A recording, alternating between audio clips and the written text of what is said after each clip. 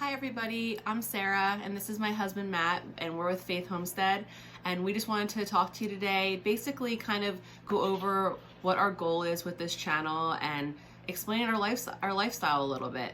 So if you guys would please just subscribe, like, and comment, and you can also find us on other social media. We are at Faith Homestead here on YouTube. We are at Faith Homestead on TikTok and Instagram, and thanks so much for joining us today. So I've been talking over the last few weeks about inflation frugality and how making small steps has really impacted our lifestyle and how we've, managed to kind of stay afloat over the last couple of years, especially since I went from working as a full-time nurse and now I'm staying home with our family. So today we're really just going to kind of talk about our passions and our lifestyle and what our goal is and where we are headed. So do you kind of want to talk about a little bit about our future and what we're looking to do? So we've been taking a look at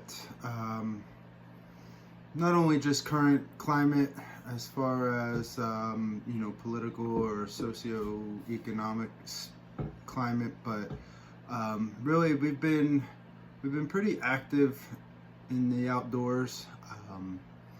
Grew up fishing a lot, got into hunting in I guess it was around 2010, as a way of just having more time to be active outdoors, but really started to realize the importance in it. And I think we've been working to really get ourselves away from reliance on so many outside sources, even for just normal everyday needs of life, right? Yeah. So we've been, Sarah's talked in the past about the idea of back to basics, and for me, the idea of self-reliance, being able to provide for my family and not need the assistance from outside sources to do that.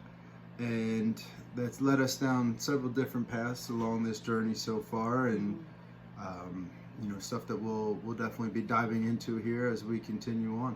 Yeah, so like Matt said, one thing that I have felt led, especially by God over the last few years, is really, like he said, the back to basics mentality. So often in our culture today, we're finding it harder and harder to be able to just do things on our own. We rely on the stores for everything, from just basic needs to, food to clothing to different things that we need to build shelter. Everything is just something that we rely on someone else to make sure that we have. And our main goal is really starting small. And we don't have a huge homestead. I mean, we only have about an acre here where we live, but our goal is to eventually have more land and move out of state and have animals and just really have these things that just make our lives easier. And it is a lot of work, and it's not a lifestyle that everybody wants to do, but for us, we find value in being able to kind of rely on ourselves more. From a very young age, if you looked at my website, it's www.faithhomestead.com, I talk about how from a very young age my mother was really into canning. And when I was a kid, I really, I thought it was interesting. She was, taking let's say green beans and putting them in a jar, and we were gonna put them on the shelf, and we would eat them, later that year. And I never really understood the value in it until I got older and realized that I could grow my own garden. I could pick the things out of the garden that I grew, put them in a jar, and then feed my family later on. And that concept just really hit me in my late 20s. And I really wanted to work towards doing that for our family. And I think that a lot of our mindset stemmed from positions and where we've come from. We became more self-reliant simply out of necessity to survive. So when I got into the industry that I work in and was starting out, there was not a lot of income coming in.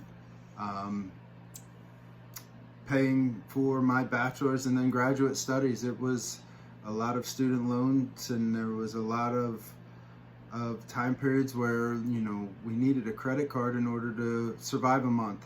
And we didn't have the option to spend money the way that friends of ours were, people in our social circles were active in a social scene that we simply couldn't afford to be involved in. Yeah. And that self-reliance really started to grow anyway out of just pure necessity. Yeah, for that, you really touched on a really big point for me, because I remember being in I guess mid-20s, and we just simply couldn't afford to do things that I thought that we deserved to be doing at our age, and it was either we did them and we just racked up more credit card debt, or we maybe had $500 on this one credit card, and we either were going to buy food or we were going to go out and do what our friends were doing, and we just had to make that choice to not do that. And especially Matt getting through college, and then I went through college. It was a very difficult time, but we learned so much during that time, and I really feel like God was just like kind of planting the seeds and just setting us up for where we are now. And while it was really hard during that time, it was a major blessing. And I think that was something that we knew as well going into it. Getting the graduate studies done, meant that I was going to have a much higher income and income potential as well. We waited to have our children until Sarah was done her bachelor's degree in nursing, simply because we placed that high value on education and the ability to have a career. Yeah, and I think I don't want you guys to think that we're condoning taking out massive amounts of debt. We simply didn't know any other way to do it at the time, and if looking back, I feel like we could have been more strategic in how we obtained our degrees, but we were young. We didn't really have that influence above us to kind of guide us in that situation. So we do not condone taking out massive amounts of student loan debt or credit card debt. We have been spending the last decade getting out of that, and we can say now that after living very, very lean for the past 10 years, we are out of all of our credit card debt, and that was very difficult to do, but we did it, and we are now working hard on our student loan debt. And we don't want you to have to dig out of such a hole that we had. So there are ways to do it. If you have to work multiple jobs, do it. But we're just giving us our story, and we hope that you can absolutely learn some things along the way. And I think it's also important to, especially if you're a younger person that's preparing for college or in college, know and understand that degree, it has to have that value. Yes. Upon completion, right? So, it's a lot of money to pay back, and I don't really believe that these loans are ever going to get forgiven, and I didn't sign up for them with the intention that somebody would forgive me. Absolutely. We knew this was going to be a lot of hard work for us to work our way through, but we also knew that potential was there. Yeah. with the degree programs that we went through. Mm-hmm. One thing that I think is important in life overall, I think, is the idea or the concept of stress inoculation, which isn't something that I take credit for. There's several very well read and researched in the fields of psychology and even leadership and development, stuff like that, where stress inoculation and the concept of applying a little bit of stress to your life frequently prepares you for stress and even higher loads of stress. Stressful situations or uncomfortable situations, because as we do that, we become acclimated to stresses, right? Which could be something as simple as going to the gym and exercising, which is something that I strongly believe in. I feel that I think in today's world there's this mindset or this outlook on people that are preppers that they're just kind of crazy. They're doomsday is like what they're always planning for. And I think preparedness is something that's important. I think that being a prepper, in my mind, doesn't actually prepare you for anything. I think people end up just hoarding a lot of things that they think they might need at some point, and it doesn't necessarily help them. So I think preparedness is something that is extremely important, however. And I think part of that, going to the gym, being physically prepared to handle stresses throughout the day, whether that's simply, having enough stamina to get through a busy, stressful day, or having the actual physical strength that I need to move this object, I can move it. Mm-hmm. I think that being active, physically active on a daily basis, is something that's extremely important. Same with being active outdoors, hunting, fishing. I think there's a lot of educational value that comes from that. Just got home this evening from a couple of days in the woods here in Pennsylvania, and while we didn't actually harvest any animals, we had a lot of learning that took place over those 2 days. And at the same time, there was a lot of conversations with the Lord, and appreciating what He's actually put there for us, which is I think that spiritual strength is something that's also extremely important. I think the hot and the cold, if in the summertime, there's you see this rapid turn the AC on, and you hear the air conditioners running through the whole neighborhood. As soon as that temperature starts to get slightly above what's comfortable, and same thing with the winter time and the cold. And I don't think we necessarily need to just not have an air conditioner, and suffer, but at the same time being aware of that, right? Even just being, paying attention to what's going on. I think that, like I said, physical strength, but also an emotional strength as well. Not having to freak out when we're faced with a situation that may be challenging. Being able to disconnect and kind of take that step back and really evaluate a situation for what it is, not necessarily the catastrophe that we think immediately. Being in those stressful situations, really, they can help.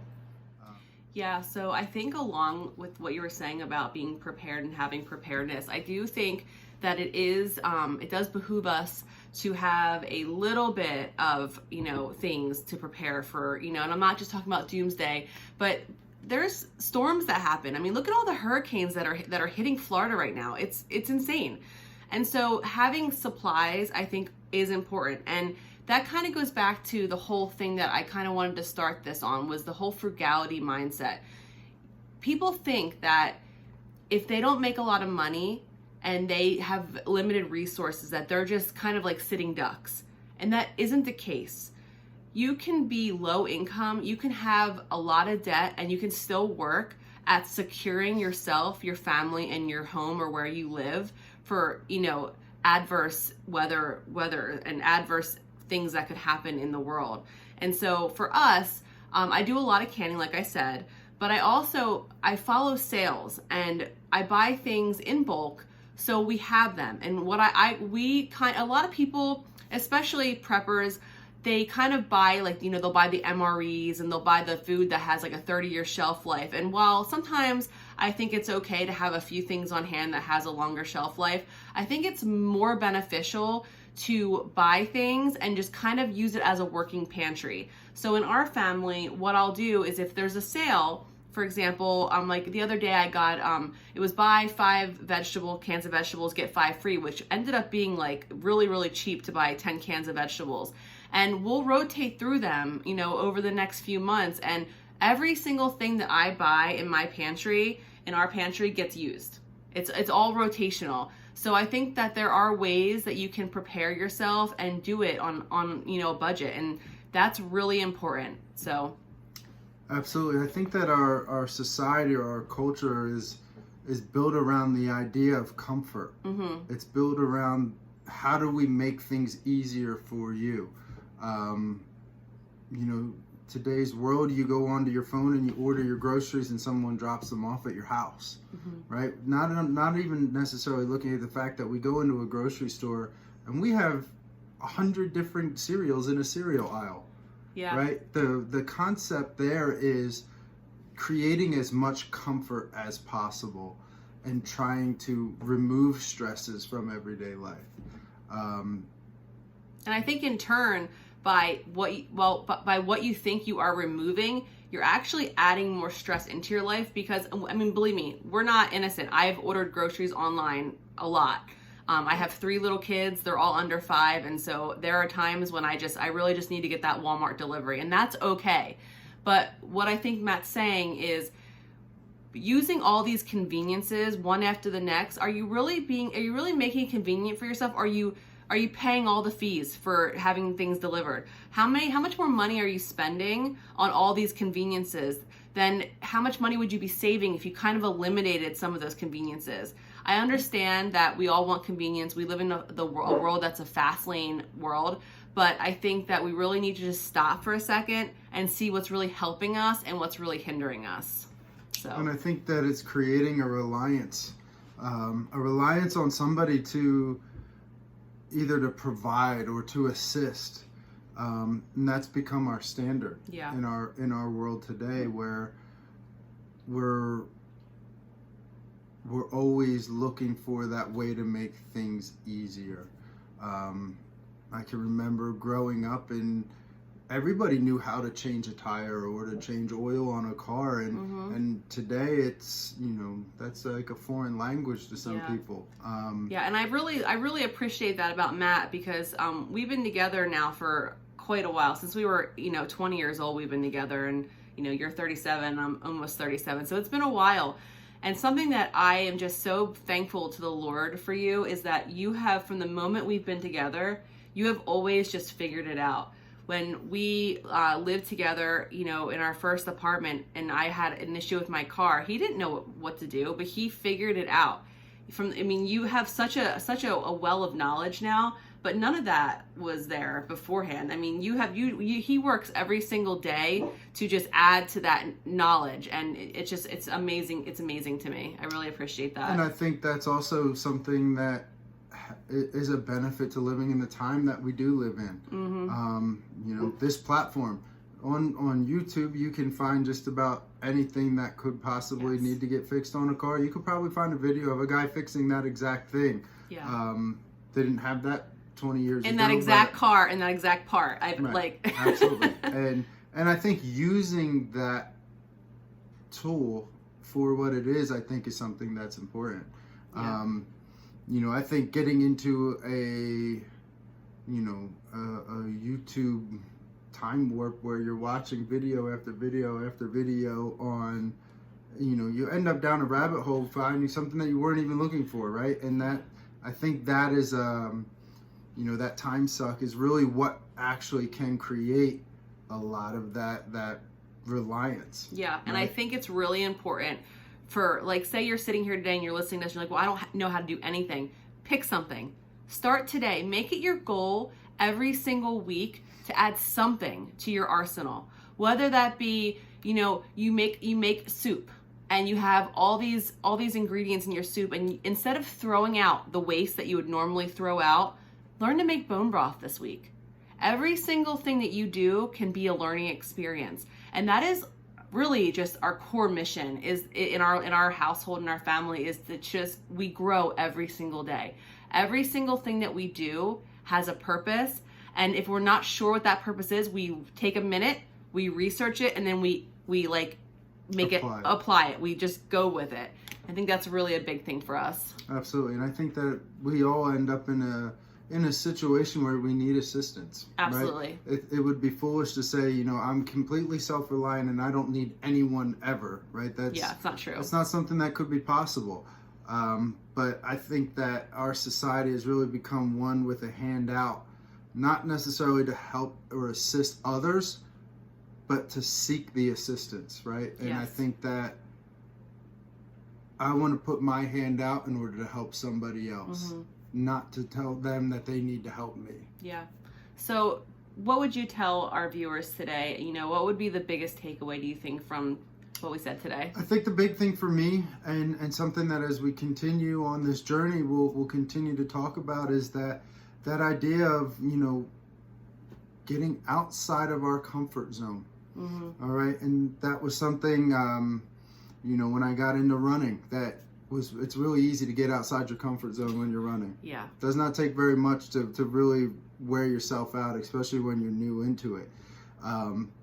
But the more I ran and the more I got outside that comfort zone, I found that what was uncomfortable became really comfortable and was something I could do for a long time. Yeah, that's great. And I continued to push that level. I didn't stay at that single pace and say, well, this is good enough. We're continuing to push that to that point where we get outside of our comfort zone. Yeah. Get that stress into life. And stress doesn't have to be something that's bad. You know, everything is stress relief. Stress doesn't necessarily mean bad. And I think if we can change the mindset or the outlook onto what is stress and what is it and how is it affecting us, I think we can end up in a better place. Yeah, I agree. And I think it's a really good point, because I feel like to grow, you need to just, you have to get a little uncomfortable, but again, that stress does not need to, you know, be debilitating. And I think what I would say, you know, to our viewers today would be like, just get out of your comfort zone a little bit this week. You know, find something that, you know, you could do to better your life. And whether that is finding a sale at a grocery store and not spending as much money as you would on groceries because you took a little bit extra time to find out what was on sale this week, that's huge. If you implement that every single week, imagine how much you would save in a year. Just stuff like that.